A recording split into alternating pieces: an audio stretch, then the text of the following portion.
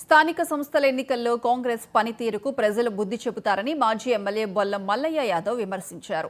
BRS హయాంలో లేని urea కష్టాలను 2 ఏళ్ల పాలన కూడా పూర్తి చేసుకొని కాంగ్రెస్ తీసుకొచ్చిందని అన్నారు.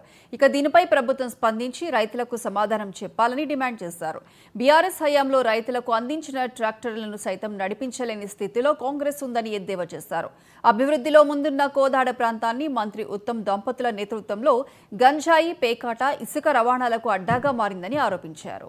కొనుగోలు గురించి ధాన్యం కళ్ళలల్లా తడిచిపోతుంటే కొనే నాదుడు లేక ప్రభుత్వానికి మొరబెట్టుకున్నా కానీ మొలకెత్తుతున్నా పట్టించుకొని ఈ కాంగ్రెస్ నాయకులు మరి ఈరోజు రైతుల మీద ముసలి కన్నీరు గార్చే ప్రయత్నం చేస్తూ ఉన్నారు.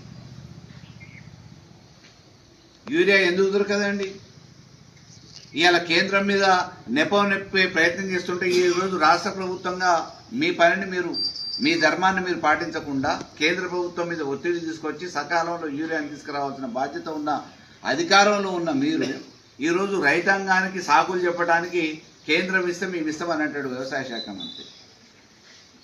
అంటే వాళ్ళు పంపిస్తేనే మీరు ఇచ్చేటట్టుంటే మరి మీరు ఎందుకు? ఇక ప్రజల చేత ఎన్నుకోబడి ప్రభుత్వంగా ఏర్పడి ఈరోజు వ్యవస్థను నడుపుతున్న మీరు ప్రజల అవసరాల్ని, రైతాంగ అవసరాల్ని గుర్తించి ఎప్పటికప్పుడు అప్రమత్తమై కేంద్ర ప్రభుత్వంతో కొట్లాడైనా సాధించి ఈ రైతాంగానికి ఇబ్బంది లేకుండా, కొరత లేకుండా చేయాల్సిన అధికారులు కానీ, అధికార ప్రభుత్వ నాయకులు, ప్రజాప్రతినిధులు కానీ ఈరోజు మౌనం వహించి ఎక్కడెక్కడ ఆదాయ వనరులు ఉన్నాయా, ఎక్కడ డబ్బులు సంపాదించుకునే అవకాశాలు ఉన్నాయా, డబ్బులు సంపాదించుకునే దాని మీద ఆలోచన దృష్టి సారిస్తున్నారు తప్ప